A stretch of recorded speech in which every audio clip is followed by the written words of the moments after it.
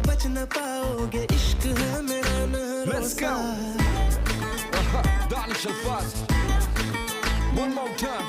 मैं समंदर हूँ बहता जाऊंगा हुस्न पे तेरे लहरों सा પહેલો આઈડિયા જોઈશું જુઓ આ ટાઈપની કેરી બેગ હોય છે કે જે થોડી મજબૂત હોય છે એટલે કે તેનું જે કપડું હોય છે થોડું જાડું હોય છે થીકમાં હોય છે તો તેને જો આવી રીતે બંને સાઈડથી તમારે કટ કરી લેવાનું છે તો કટ કર્યા બાદ તમારે આનું એક સરસ મજાનું શું હોય છે ઓર્ગેનાઇઝર આપણે બનાવી શકીશું તો જો આ રીતે બંને બાજુની જે કિનારી હોય છે એ મેં કટ કરી દીધી છે એમ પણ આ જે કેરી બેગ છે તેની પાઇપિંગ ઓલરેડી છે જ જો તમારે એવી કોઈ કેરી બેગ હોય તે જેની આજુબાજુ પાઇપિંગ નથી કરેલી તો તમારે આજુબાજુ પાઇપિંગ કરી લેવાની છે કેમ કે થોડી દેખાવમાં સારી લાગે હવે શું હોય છે કે 2 કે 3 ઇંચમાં આવી રીતે ઝીગઝેગની રીતે આપણે વાળી દેવાની છે અને વાળીને આપણે સિલાઈ કરવાની છે જો તમારી પાસે જો તમે સિલાઈ ન કરી શકો અથવા તો તમે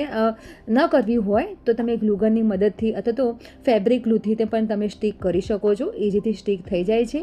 અથવા તો તમે હાથથી સોય દોરાથી પણ તમે ટાંકા લઈ શકો છો મારી પાસે મશીનની સગવડ છે તો હું મશીનથી ઉપર જ આ રીતે સરસ મજાની રીતે સિલાઈ હું કરી લઈશ તો આવી રીતે 5-6 ઇંચની તમારે આવી રીતે જગ્યા રાખીને ઝીગઝેગની રીતે આવી રીતે આમ વાળીને એક પોકેટ જેવું દેખાય તે રીતે વાળીને તમારે સિલાઈ મારી દેવાની છે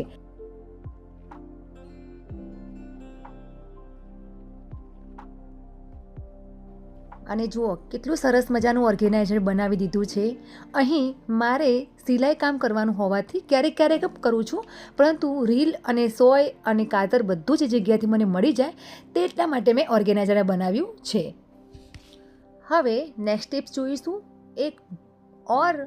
કેરી બેગ મેં લઈ લીધી છે થોડી તમારે મજબૂત હોય તો મજબૂત લેવાની છે નહીં તો કંઈ જ વાંધો નથી તો જો હું આ રીતે કટ કરું છું તે રીતે તમારે કટ કરવાની છે એક જ બાજુ તમારે કટ લગાવવાનું છે અને બની ગયું એક સરસ મજાનું ઓર્ગેનાઇઝર તો ક્યારેક આપણે કેવું થતું હોય છે વોર્ડરૂમ હોય છે કબાટ હોય છે તિજોરી પણ હોય છે પરંતુ કપડાં એટલા બધા હોય છે કે તેમાં સમાતા નથી હોતા તો આ રીતે તમે જો કપડાં ભરાવતા હોય તે તમારે શું હોય છે કે લીડમાં તમારે ભરાવી દેવાનું છે અને જો આ નાના નાના કપડાં તમે મૂકી શકો છો ઘરમાં નાનું બાળક હોય તો પણ તમે મૂકી શકો છો અથવા તો અંડરવેર મૂકી શકો છો મોજા મૂકી શકો છો